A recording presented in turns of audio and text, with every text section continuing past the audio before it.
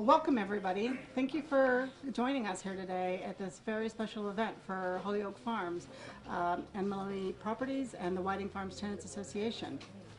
My name is Felicia Jacques. I'm the Managing Director of Maloney Development, which is an affiliate of Maloney Properties, Inc. We are thrilled to have you here today to celebrate the start of this exciting revitalization of this tight-knit community.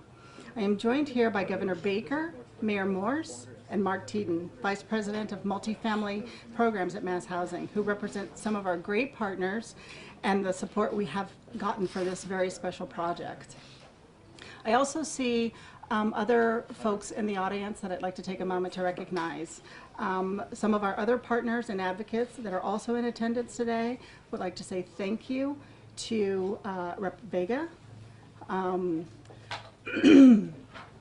Councilman Peter Talman, Councilman Mike Sullivan, and Council President Todd McGee. Thank you very much for joining us, and welcome to Holyoke Farms. Would also like to say thank you to our partners in this venture, the Richmond Group, Mass Housing, the Department of Community and Housing Development, and TD North, who is our construction lender. In partnership with the Massachusetts Department of Housing and Community Development, the City of Holyoke, Mass Housing, and the Whiting Farms Tenants Association, Maloney Development will preserve and enhance this long-standing housing community through a renovation program that combines both substantial upgrades to existing units and new construction, bringing a total of 191 affordable units to the 221 unit of Holyoke Farms. This has been a labor of love for Maloney Properties. We have been on the site for almost 20 years, and we are dedicated to providing great mixed income housing options for the residents across the Commonwealth. When we started our planning, it was critical for us to take a step back and assess what this community and the city of Holyoke really needed in terms of housing. We sought to address the need for Holyoke Farms long-term residents, that is, their desire to provide homes where they can age in place amongst their friends and neighbors, coupled with our desire to help fill the gap between the demand and supply for fully accessible one-bedroom units in the city. The end result of this project will include 217 renovated 2- and 3-bedroom townhouse-style units and a newly constructed low-rise elevator building, housing fully accessible one-bedroom units along with a tenant community room and new management space. Once complete, the project will bring a total of 229 units of much-needed family housing to the community. Of the 229 units, as I mentioned, 191 will be deemed affordable, with 8 reserved for households earning below 30% of AMI. Our goal is to provide Holyoke Farms with quality, affordable housing that continues to celebrate and encourage that core sense of community and friendship that we have come to know and admire during our time here. Maloney Development looks forward to transforming Holyoke Farms for the many hardworking families in this gateway city. We are grateful to the city and state for their support and are committed to maintaining quality, diverse housing options for the state. And now, I would like to introduce you to the true champion of affordable housing. Governor Baker understands that Massachusetts needs more mixed income housing to expand our workforce, grow the middle class, and stay competitive in the global marketplace. By advocating to modernize the Commonwealth's zoning laws in his Housing Choice Bill, Governor Baker is working to give municipalities across the state the tools they need to increase housing production, bring affordable units online, and get us to his goal of adding 135,000 new units of housing by 2025. Day after day, month after month, he has made affordable housing a focus in his administration. From his advocacy for production and retention to his housing choice legislation, Governor Baker has sought to bring communities across the Commonwealth the housing they need and deserve. Please join me in helping to welcome Governor Charlie Baker.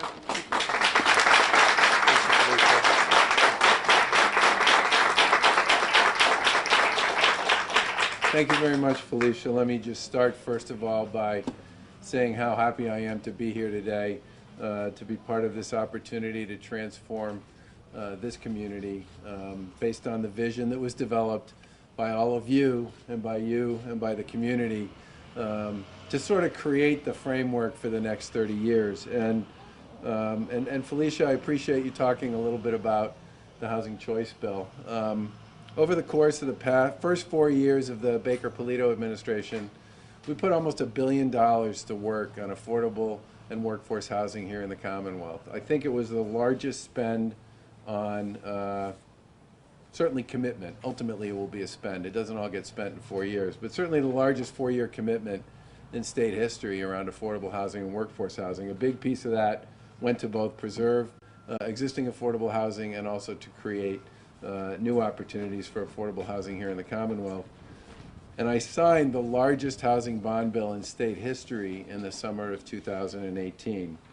And one of the things I worry about a lot is whether or not we're going to actually be able to put a lot of the resources that are in that bill to work. And the reason I worry about that is because we simply don't produce the same amount of new housing of any kind that we used to produce year after year after year and decade after decade after decade for almost 50 years. And for 50 years, we produced about 30,000 new units of housing every year. And then starting in about 1990, that number fell to literally less than 10,000, less than 15,000, some cases even below that. And for 25 years, over a period of time in which our population has grown by about 600,000 people, we have wildly underproduced when it comes to new housing. And one of the things that happens if you don't produce new housing is you create shortages. And when you create shortages,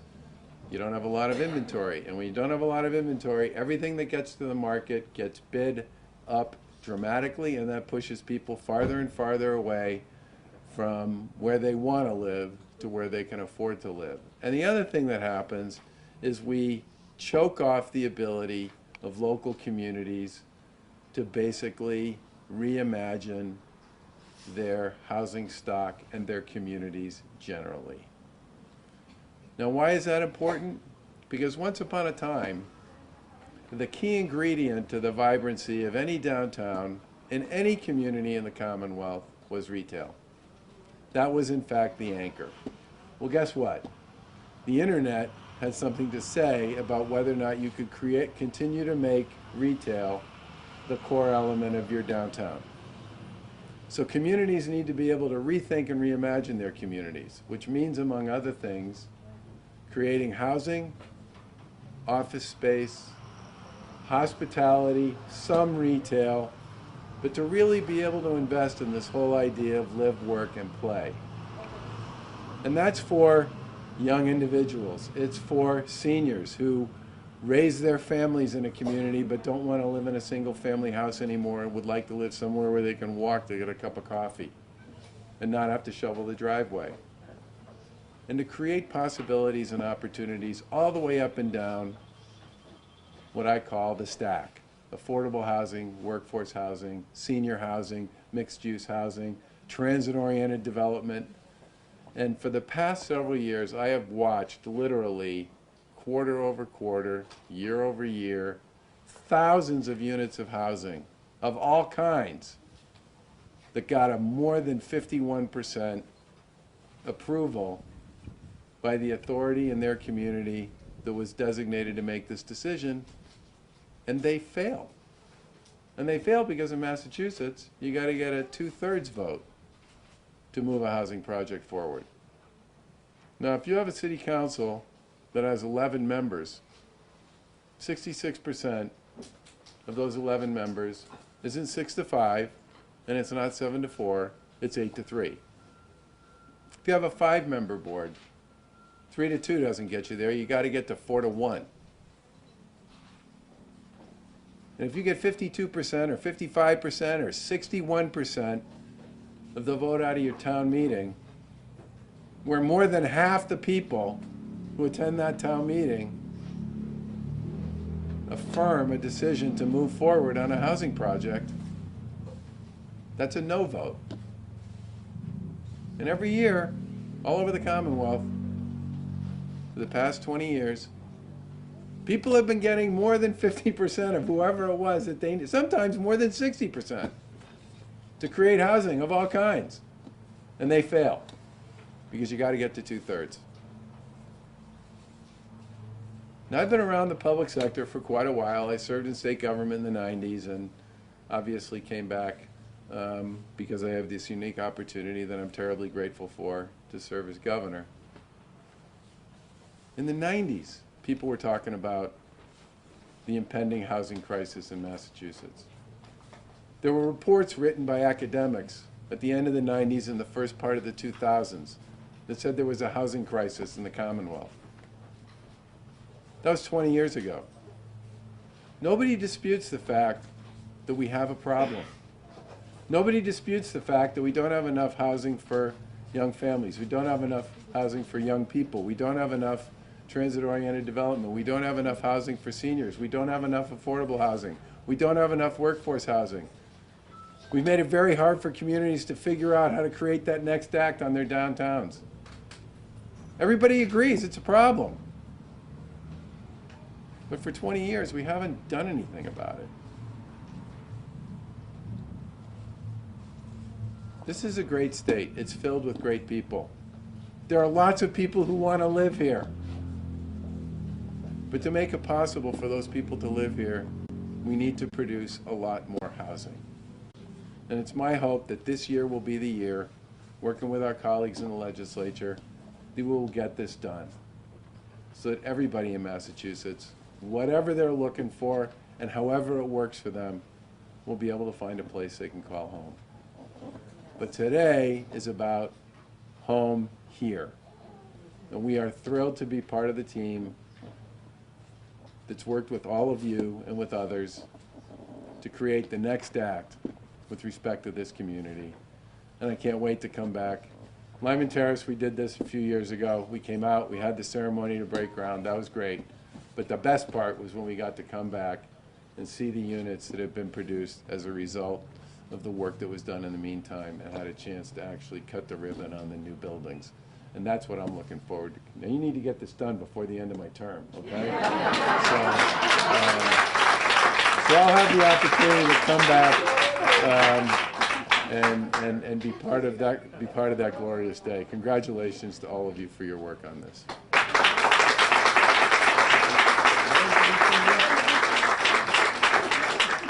I now take great pleasure in introducing your mayor, Alex Morse.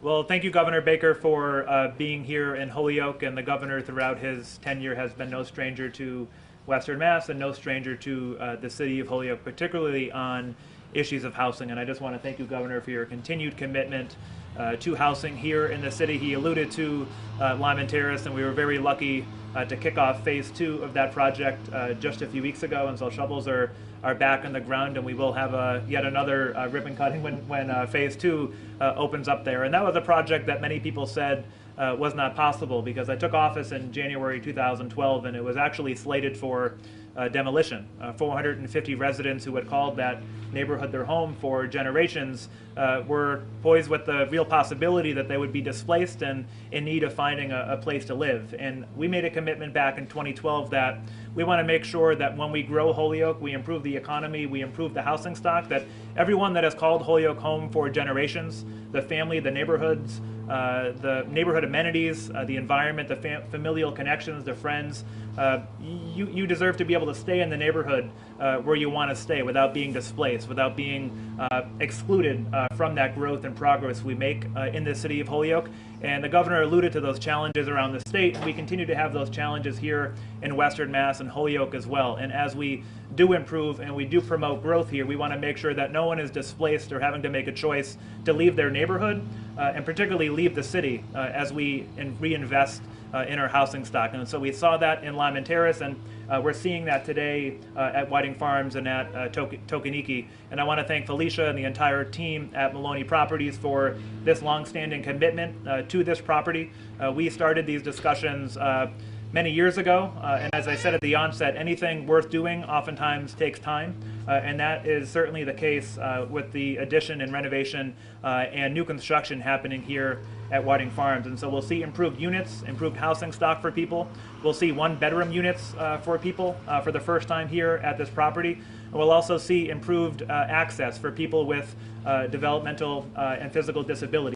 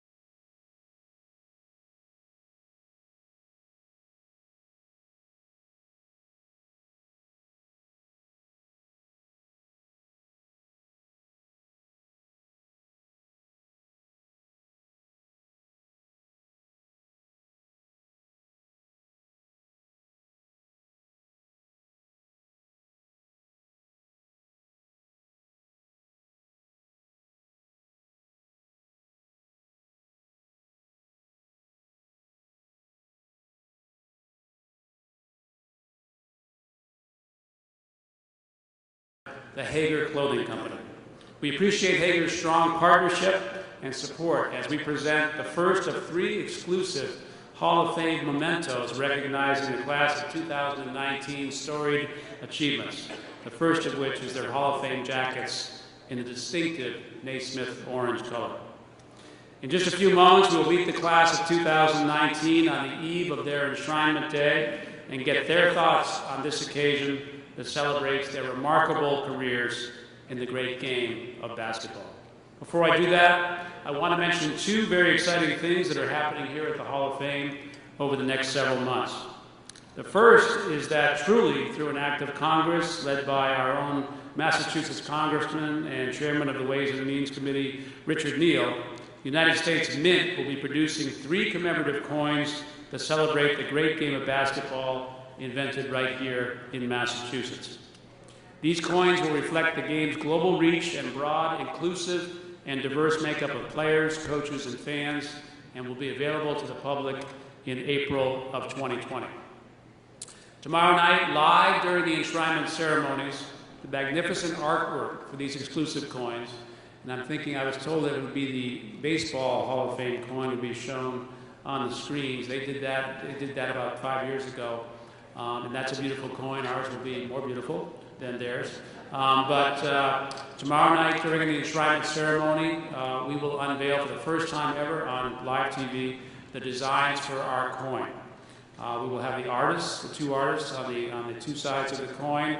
We will have Rick Barry and Tina Thompson representing the Hall of Fame, and they went to Washington with us and lobbied.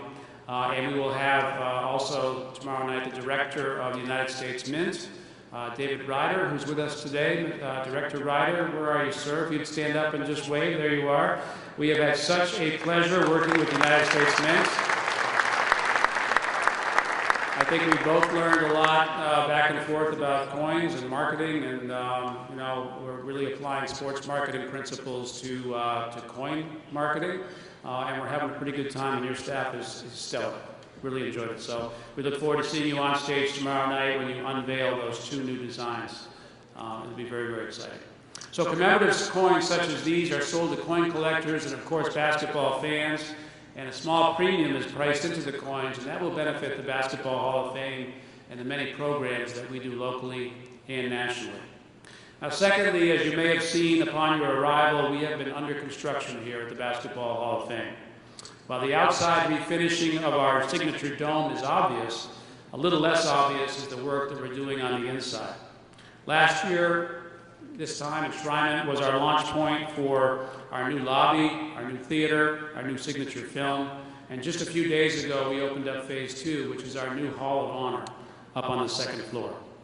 This new Hall of Honor will take interacting with our nearly 400 Hall of Famers to a new level, with immersive, entertaining, and educational digital presentations punctuated by a broad and exclusive number of artifacts that makes our new Ring of Honor a place to deeply explore if you're 7 years old or if you're 107 years old.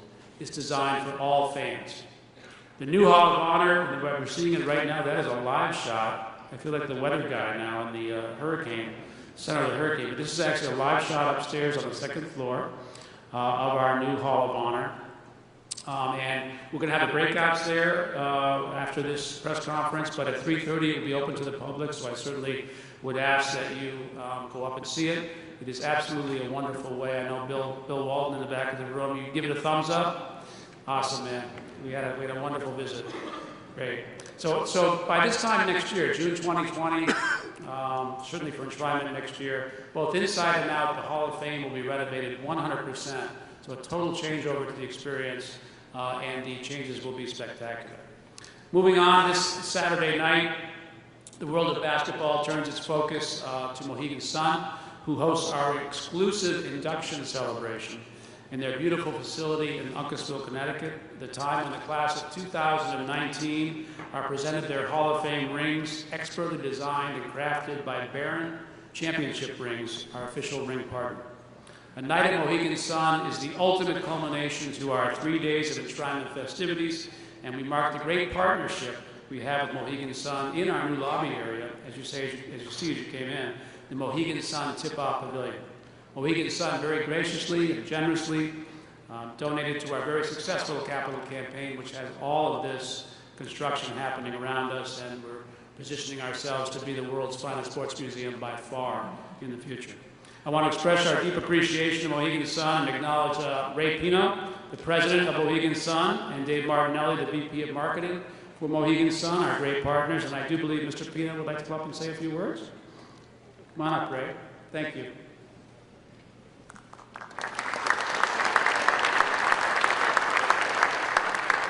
Thank you, John, and good afternoon, everyone. I want to thank everyone here for attending the Basketball Hall of Fame 2019 press conference featuring the inductee jacket presentation. First, I'd like to thank the Basketball Hall of Fame Chairman Jared Colangelo, President and CEO John DeLeva, Vice President Paul Lambert, and Greg Procino, and the entire Hall of Fame staff for their tireless efforts in putting together an amazing weekend that Mohegan Sun is proud to be a part of. It's a privilege to be here on behalf of Mohegan Sun. It's our 13th year of partnering with the Basketball Hall of Fame and participation in the Enshrinement Weekend. Mohegan Sun is incredibly proud of the continued partnership with the Basketball Hall of Fame and happy to see our relationship continue to grow. I'd also like to congratulate the star-studded 2019 class of 12 inductees on the tremendous success and enshrinement to the Basketball Hall of Fame. Their contribution to the great game of basketball is truly amazing and are being recognized with their induction into the Hall of Fame, along with the tremendous weekend the Basketball Hall of Fame has put together in their honor. Each year, we truly love having basketball legends along with their families and friends visit Mohegan Sun as they deservedly celebrate their amazing achievements in and around the great sport of basketball. We are excited for the 13th consecutive year to be hosting the 2019 induction celebration party highlighted by the class of 2019 ring ceremony and the Uncas Ballroom at Mohegan Sun this Saturday evening. We hope to see you all there this Saturday evening at Mohegan Sun, and look forward to extending our amazing Mohegan Sun hospitality to the inductees, their families and friends, all the participants, and the entire Basketball Hall of Fame family. Thank you, and I hope you all enjoy the weekend.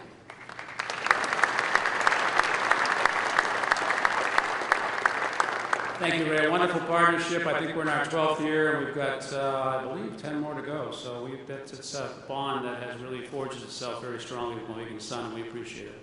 I mentioned a few moments ago our wonderful relationship with the Hager Clothing Company, the Hall's official casual dress and tailored apparel partner, and the official provider of our Hall of Fame jackets for our new class members. Now, working as a team with Hager, we designed, created, and produced a new and very recognizable identity for our Hall of Famers as they travel around the country representing the best of the best in the game.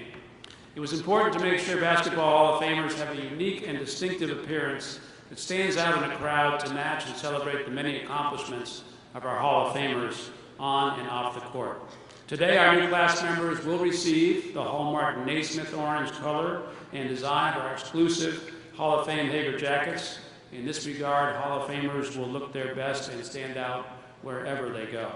I want to thank our partners at Hager for their skillful and stunning design, which I know is appreciated by all Hall of Famers. And I want to acknowledge, if he's here, he is, I can see him over there, Mr. Stile from Hager, the Senior Global Product Ambassador. Mr. Corey Johnson is going to help me, give a little wave over there, Corey. He's going to help me put the jackets on each of our Hall of Famers. We very much appreciate your support, Corey. Our new class will be introduced alphabetically and gather on stage, and after donning their jackets, Eddie Doucet, our magnificent MC, will ask each Hall of Famer to make some brief remarks about this day and their impact on basketball and the impact of basketball on them.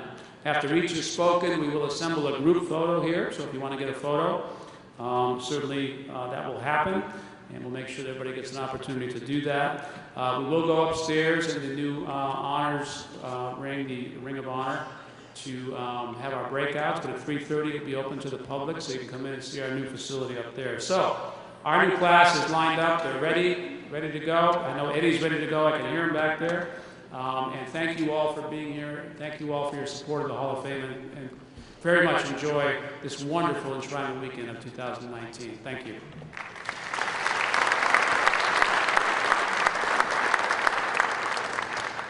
All right, John. By the way, Fred Flintstone, who was a year behind you in high school, said to say hello. Well, I tell you. Remember, that's good. Well, I want to thank you, John. That was very good. Tonight, right here on Center Court and airing live on NBA TV, it's the Hall of Fame Family Reunion Dinner and Award Show. This is a terrific evening. And we will have an opportunity to present some awards. The Manny Jackson Hall of Famer Don Steele and former Harlem Globetrotter Tyrone Hollywood Braun will be recognized for being named winners of the Manny Jackson Human Spirit Award. Also receiving the Bunn Lifetime Achievement Award will be Harry Glickman and Del Harris, a couple of old friends, while Mark Stein and Ralph Lawler will be honored with the Kurt Gowdy Media Award. Great honors. And as I understand it, two of the honorees from the group that I just mentioned are here, and I can see them now. As a matter of fact, I see Del and Mark, Del Harris, Mark Stein sitting here off to my left. Thank you, fellas. Congratulations.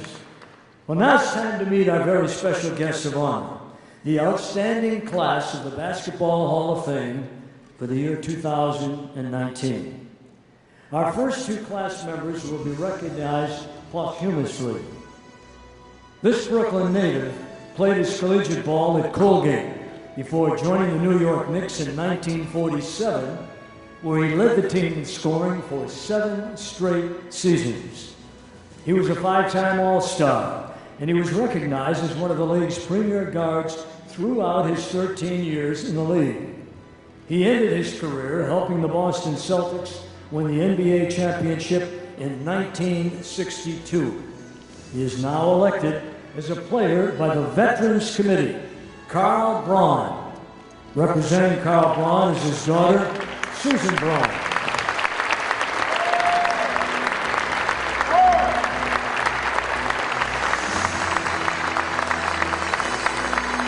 This gentleman had an outstanding collegiate career at Duquesne before joining the Harlem Globetrotters. He made history by being the first African American to be drafted by an NBA team, the Boston Celtics, and entering the league, breaking the color barrier with Hall of Famers Earl Lloyd and Nat Sweetwater Clifton. That was in the 1950 season. He's now elected by the early African American Pioneers Committee as a player, Charles Chuck Cooper. Representing Chuck Cooper is his son, Charles Chuck Cooper III.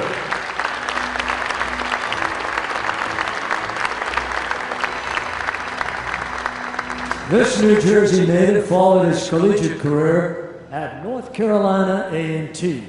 He joined the Warriors, then in Philadelphia, now Golden State. This began a relationship that has lasted to today. First as a player, then as a player coach, a head coach, a team executive, and an ambassador to the community. He was a hard-nosed player. He transitioned to coaching and led his Warriors to the NBA championship in 1975. One of 5 Warriors to have a number retired. He became a leading executive and beloved community representative for the team. He received the John Bunn Lifetime Achievement Award from the Hall of Fame in 2014 and is now elected to the Hall of Fame as a contributor. One of the great men in NBA history, Mr. Al Adams.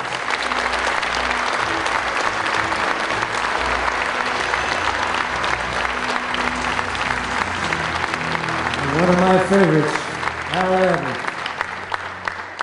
This next gentleman has crossed many borders in his impressive career.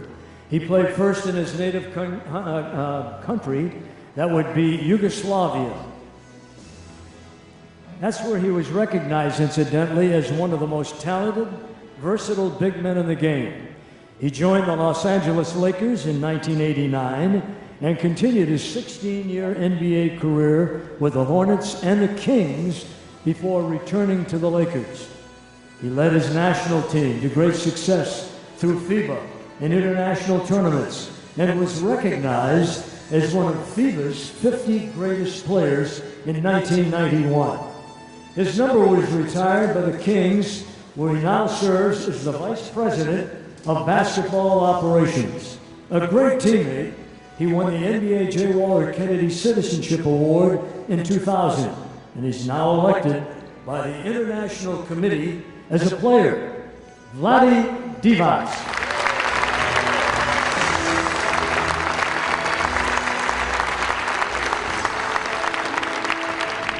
This Iowa native followed a stint as a Marine drill instructor.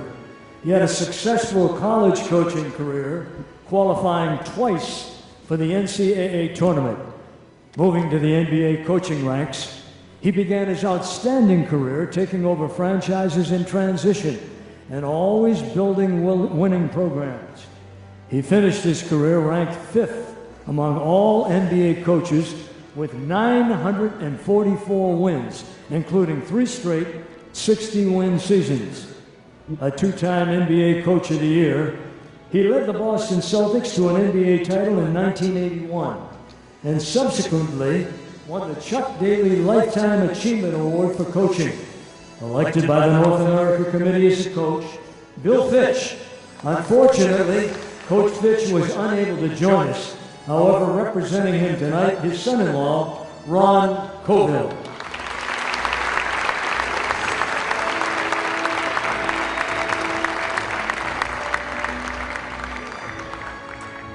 This North Carolina native built a career as one of the most respected defensive players and athletes of his era. He followed a successful 4 years at the University of North Carolina, joining the ABA and then NBA Denver Nuggets before moving on to a terrific career with the Philadelphia 76ers. Between the two leagues, he was a 5-time All-Star, a 10-time first-team All-Defensive Player, the NBA Sixth Man of the Year in 1983, and a vital member of the 76ers championship team in 1983. His number 24 has been retired in Philadelphia. He's elected as a player by the North American Committee, Bobby Jones.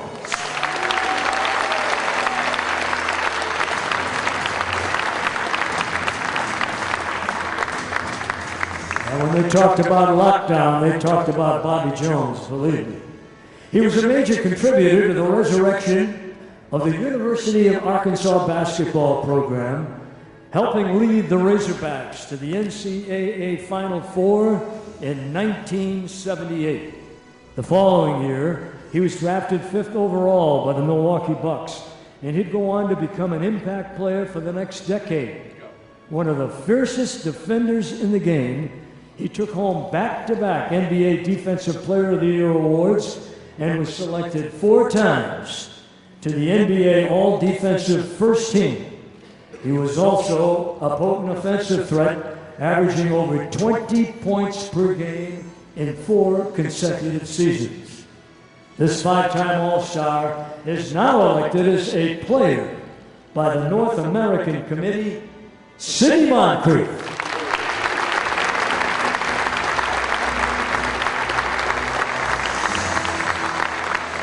Only fitting that 2 of the greatest defenders in NBA basketball history should be seated next to each other today. This gentleman starred at Illinois Wesleyan University. He was a 3-time All-NAIA All-American and a 2-time Academic All-American. Drafted 8th in the 1977 draft, he went on to a historic career with the Seattle Supersonics, where he was named to 7 consecutive All-Star teams, and he helped lead the Sonics to the 1979 NBA championship. He finished his career with the Milwaukee Bucks, but his number was retired in Seattle, and he was named to the NAIA Hall of Fame. He is selected by the North American Committee as a player, Jack Sikma.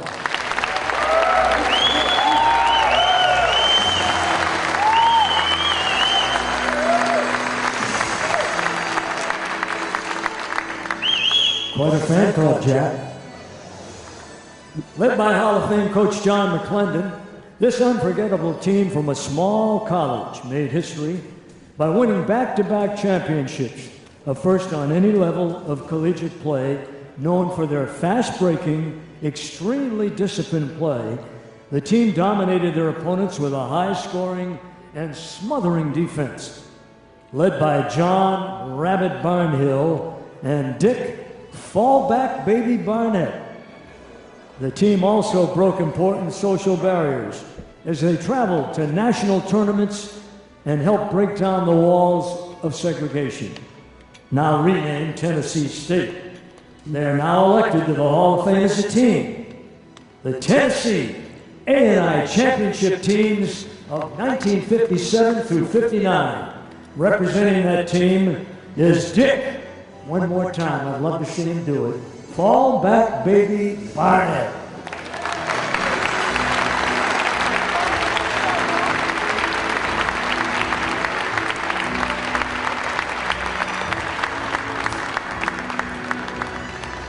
And one of the great hidden stories in basketball history, from a tiny conservative school in West Texas, long before the birth of NCAA women's basketball, a series of teams pulled together by an innovative coach built a record unsurpassed in basketball history. Under the tutelage of Coach Harley Redden, this team won 131 consecutive games between 1953 and 1958, combining great skills with a sense of fun, including warm-ups learned from the Harlem Globetrotters.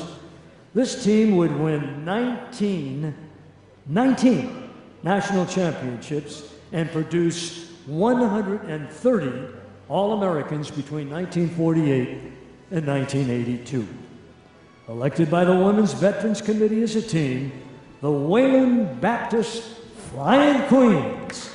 Representing the Flying Queens is Linda Price.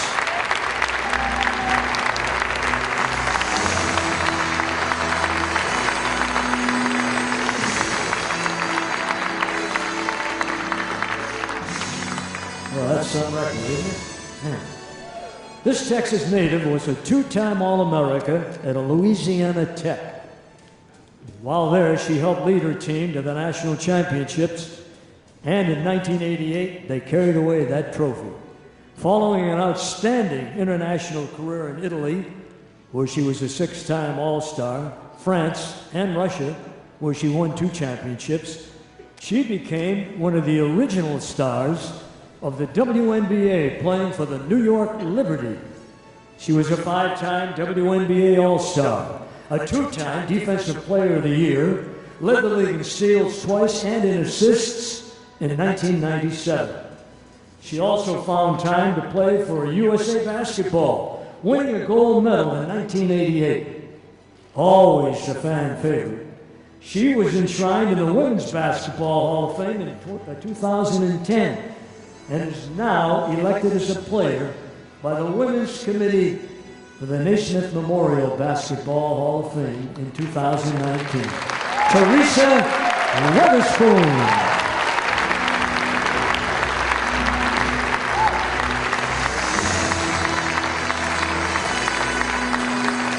Oh yeah, love it, Teresa, love it. This California native followed an outstanding career at USC, where his numbers retired, by being selected by the Boston Celtics as the 10th player in the 1972 draft. After winning a championship with the Celtics in 1974, he was traded to the Phoenix Suns, where he helped propel the team to their first NBA Finals. Possessing an outstanding shooting touch, he was a 5-time All-Star and a 3-time All-NBA first-team selection. He followed his playing career with a successful coaching career, and his numbers retired with the Suns. He was a member of the Phoenix Suns Ring of Honor. He is now elected by the North American Committee as a player. He's done it all. Paul Westphal.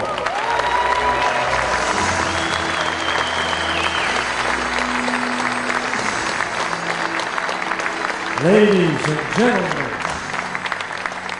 How about the class of 2019? Let's hear it for them.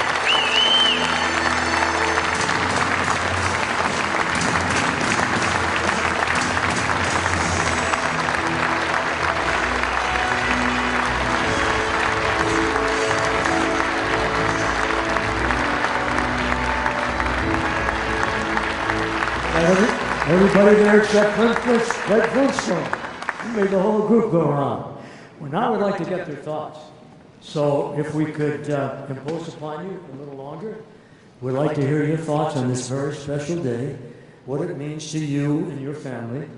And in order to do that, we'd like to start it off with you, Susan. Susan Braun, speaking for Carl, one of the great ones. Susan? Thank you, everyone. I'm not sure my family and I ever expected this day would come, so we are enormously grateful to the Veterans Committee. My father was a pioneer in the NBA back in the days when a road trip meant you were taking a small propeller plane and you were staying in an even smaller hotel and you had a few dollars for meal money. And the only reason why you played in the NBA was because you loved the game of basketball.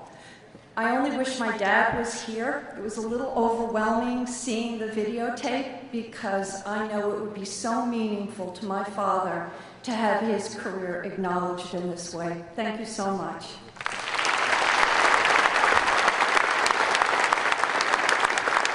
Congratulations to you and your family, Susan. Well deserved. Back in the real old days when television first came on and was televising basketball games, black and white, I can remember watching your dad. He was a great performer. All right, now we would like to welcome the son of a, I guess best put, truly critically important figure in basketball history. He shares his name with his dad, and this man was incredible. What he went through and what has happened, what has come out of it. Chuck Cooper, we'd like to bring up his son, Chuck III.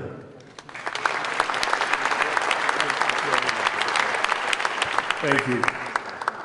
On behalf of my dad, my family, and all the friends and supporters of his legacy, I want to thank the Naismith Memorial Basketball Hall of Fame, Jerry Colangelo, John DeLeva, for this tremendous honor. I know my father would be thrilled. He loved the game of basketball, and it really afforded him an opportunity to break barriers on and off the court. It's hard to believe it's been 70 years since that historic 1950 NBA draft. Special thanks to the Boston Celtics organization, who he had so much respect for having the courage to make that selection.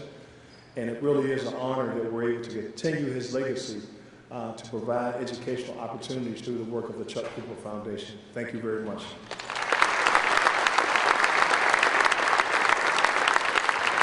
I have to be proud of your dad's legacy. Is truly remarkable and helped build a game that we all know and love so much.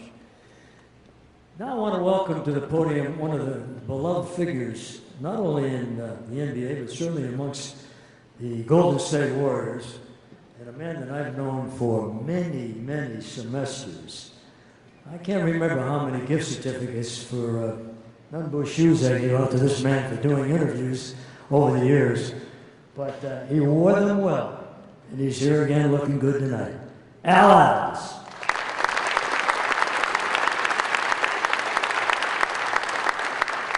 First of all, I'd like to thank you. Maybe you have any shoes here today?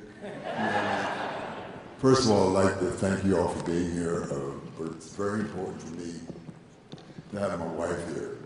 Would you stand up? Well, where is she? Maybe she didn't show up. There she is. Don't stand up. Stand up. Thank you. Well, don't get carried away with it now. But there were many nights that I would go home and have to thank her for being at the game and cheering for me. I can look out there and see a number of you who didn't cheer for me, but I really appreciate you being here. Thank you very much for inviting me. I really appreciate it.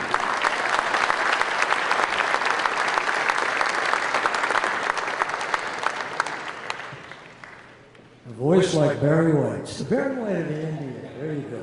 Al Adams. Thank you, Al. So pleased to have you with us here today. Well, we have several great teammates with us in this class. Figures you recognize for their vital roles in pulling their teams together. This gentleman certainly fills that bill. What a career this man has had. Just a little bit of everything, and everything very well. Vlade Divac.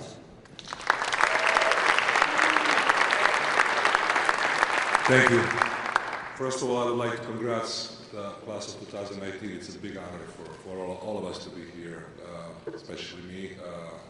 Happy to contribute to the game of basketball, but Al put me in a spot. I have to call my wife to stand out. Thank you. Enjoy. Thanks. Well, we're taking the opportunity. Can I introduce you to my wife? That's okay. We have several other people we want to introduce, and so right now to the podium I want to introduce Ron Koch, who wants to talk about his father-in-law. And I think it's terrific that you would come up here. Bill Fitch is somebody we all knew very well while he was in the NBA, and we want to wish him well. Bill could not be with us here today, so Ron, would you come on up and say a few words, please?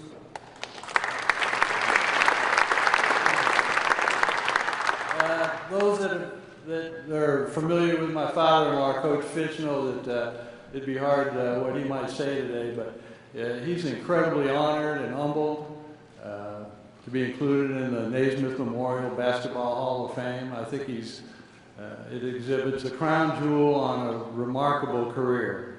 Unfortunately, he has some just physically unable to travel, and at this time, but we hope to in the future.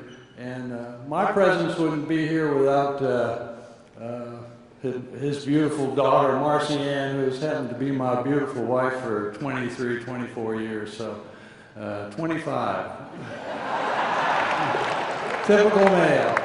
But I know one thing that Coach would want to convey to everyone is that when we've talked about this the last few weeks, the incredible treasures that he had with the owners, the players, his fellow coaches, from the very beginning, collegiate beginnings, all the way through the NBA. So it's a privilege for me to be here in his honor, and I'll be chatting with him tonight. Again, thank you very much. God bless you.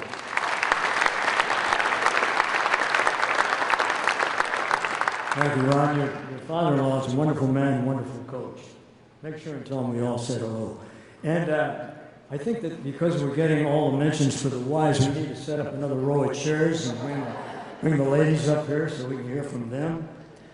But duly recognized and duly deserved, I'm sure. All right, now one of the great defenders, and we mentioned this before, if you never saw this man play basketball, he did things with such ease and such smoothness, but yet he got it done. Did he get right in your shorts? This guy was good. And I'm talking about Bobby Jones, one of the great defenders the game has ever known. Bobby?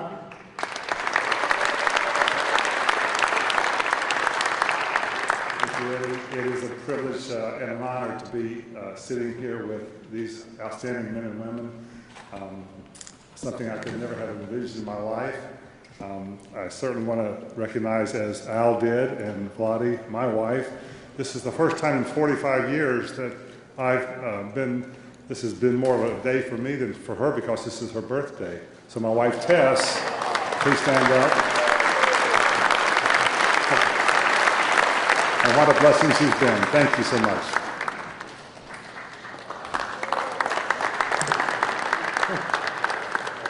See what you started, Al?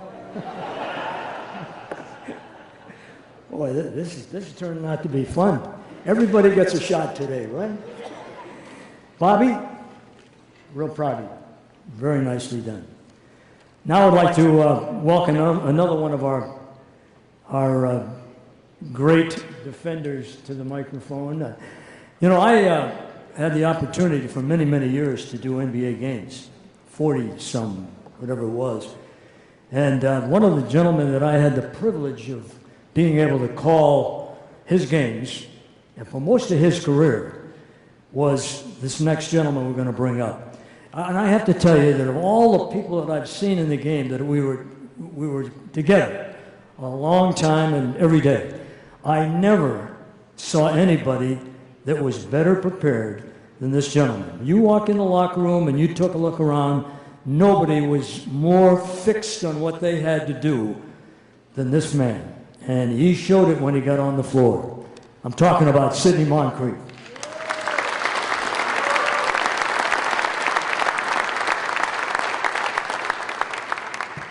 Eddie Doucet, my man, thank you very much.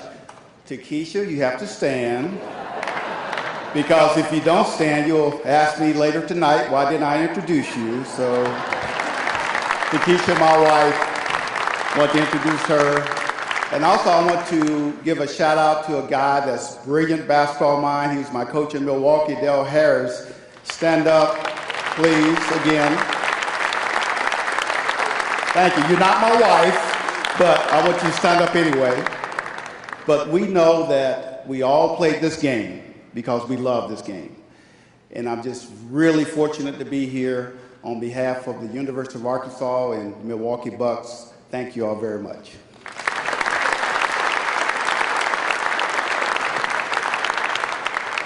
As always, done with class. Sid, congratulations again. Next up to the podium, an excellent player. And a lot of people really didn't know what to expect when he came in the NBA, because he's coming from a very small school, NAIA. Doesn't happen very often. But he came into the NBA and he turned heads. And I mean, he turned it with a little step back, behind the head, J, that was unstoppable. And what a career he had. Jack Sickman.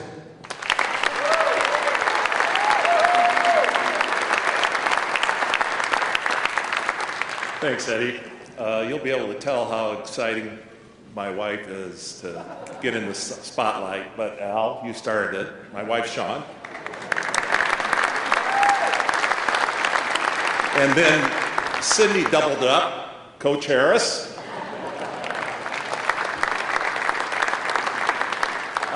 Since retiring 28 years ago, I was become quite a clothes horse and have a lot of Hager jackets in my wardrobe. But today, this rounds it out. So I'm so happy to be here, so happy to be part of the class, and look forward to this weekend. Thank you.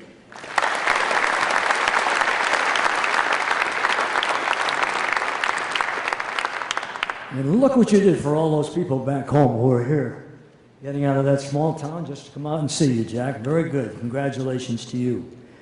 Well, we're pleased to welcome a player who is representing a sensational team whose team was very much under the radar. Not a lot of people knew about this team, but boy, were they important in basketball history. And quite often, these folks never got recognized, but they're being recognized this weekend.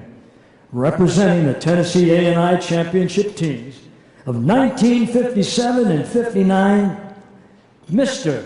Dick Fallback, baby, Barnett.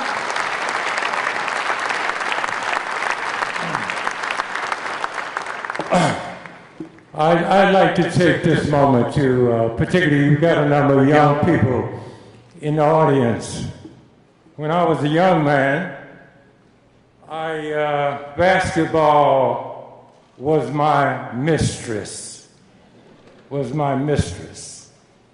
And now I'm known as the Dream Whisperer, because I know that dreams really do come true.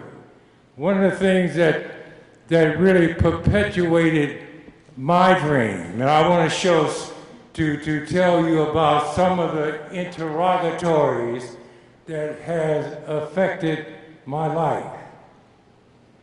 I really didn't believe, as a young man in education, as a young black male, I wanted to participate in athletics.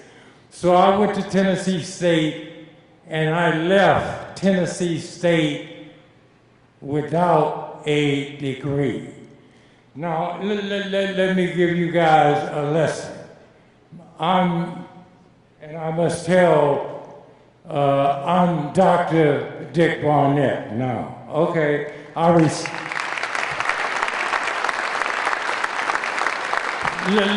let me tell the young people and the audience of these athletes what transpired in my life. On October the 12th,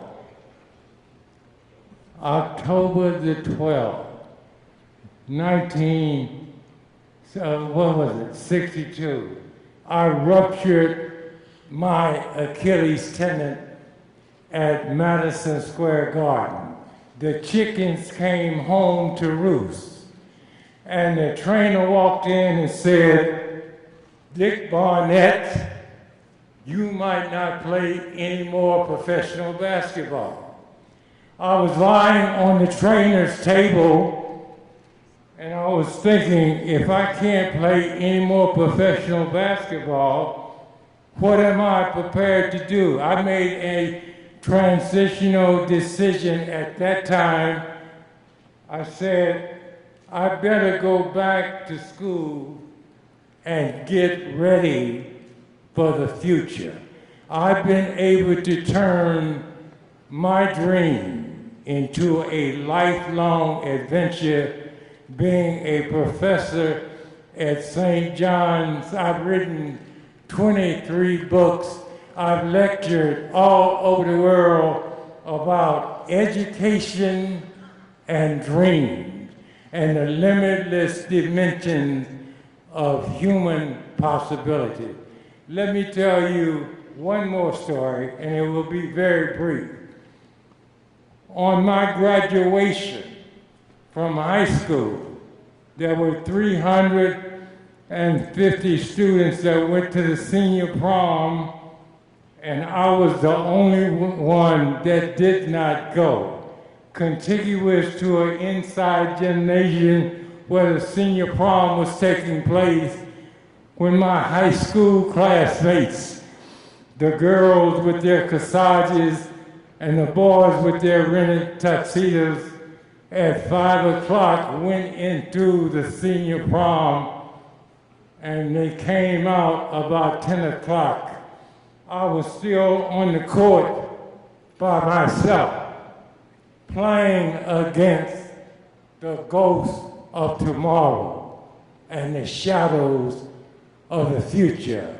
And as they came out of the senior prom and jumped into the after prom limos, going to the after prom parties, I stood in the courtyard, me and my basketball, me and my dream.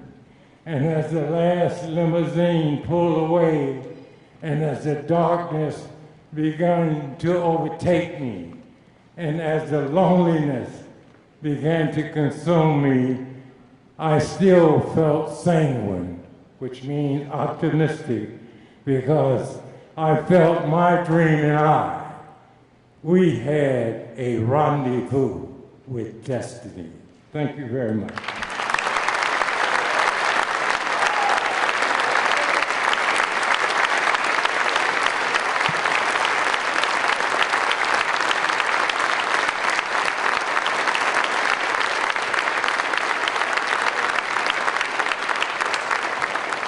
They still love you, Dick. Our next guest is a lady who represents another amazing team whose success and incredible story is a joy to recognize. Representing the Wayland Baptist Flying Queens, well, I love that name, the president of the Flying Queens Foundation and a former player, Miss Linda Price.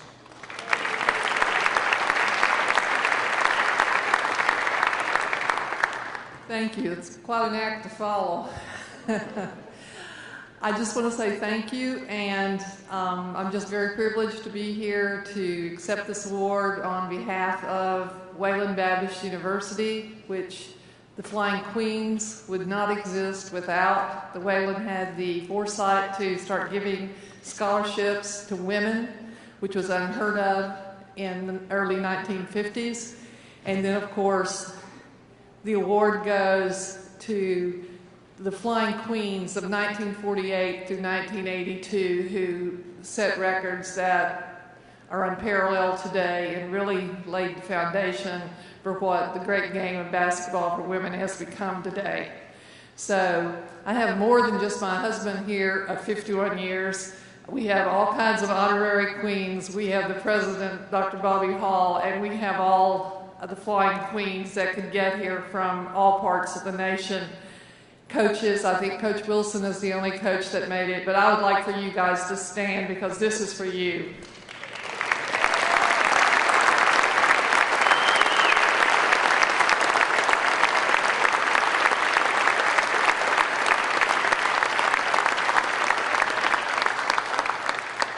Speaking of dreams, that is what Wayland became for so many little girls. And those of you who have children, little girls, grandchildren, if it weren't for this university and this team that set the stage for what basketball is, they would not have the ability to play in college.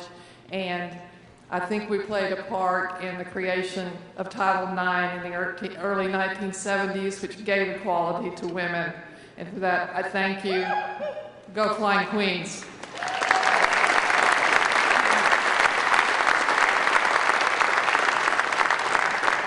Thank you so much, Linda. Thank you.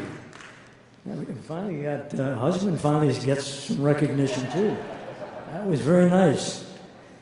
Now please welcome a great player from the Women's Committee, another great defender and one of the great teammates, a fan favorite, who has really made a mark all over the globe. And we kind of ran down the list on her resume earlier, and it's amazing what she has been able to do, what she's accomplished, and where she's been. And now she's here, and this is where she should be. Teresa Weatherspoon.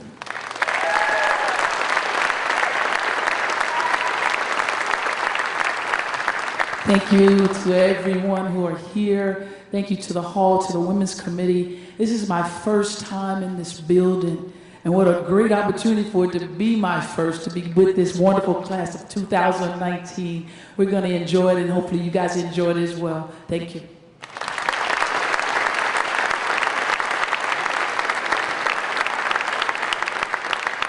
Yeah, after reading that resume, I guess a lot of people are asking the same question.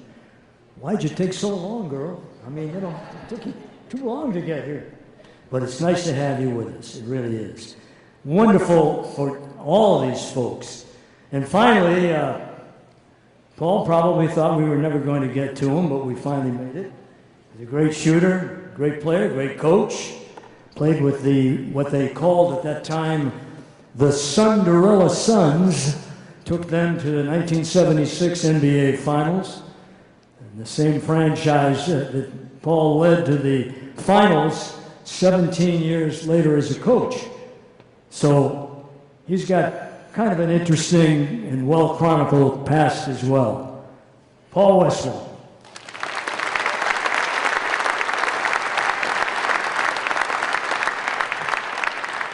Thank you, Eddie. After you've been married for 48 years, you learn to read cues and subtle body language. 47 years. And as I was coming up, I'm a sensitive guy. I read my wife's body language, she said. And I picked up on that, so I'm not going to introduce Cindy.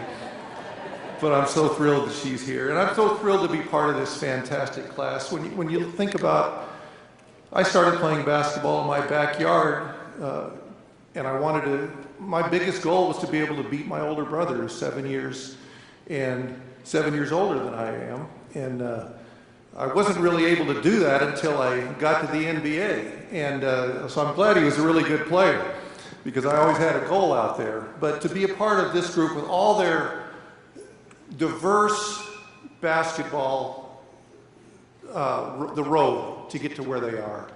Everybody's different. We all love basketball. I think basketball has been one of the greatest things this country has for breaking down barriers and bringing people together. And I'm just so thrilled to be part of this particular group, the integrity they have, the love for the game. And I do have one thing for sure in common with Dick Barnett. I spent the night of my high school prom in the gym as well, playing basketball. But it was for different reasons. I just couldn't get a date. But thank you.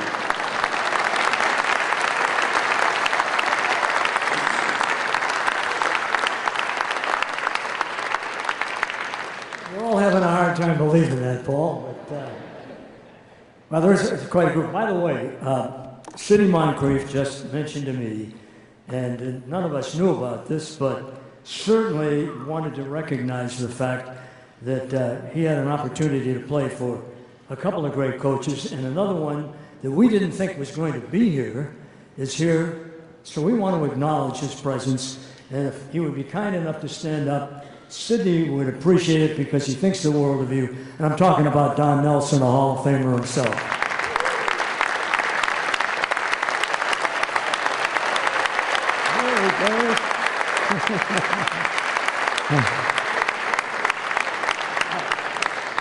I guess he was here, but nobody recognized him. hang 10, right, Nelly? All the way in from Hawaii. Well, ladies and gentlemen, there's our class. And we want you to acknowledge him one more time. The class of 2019.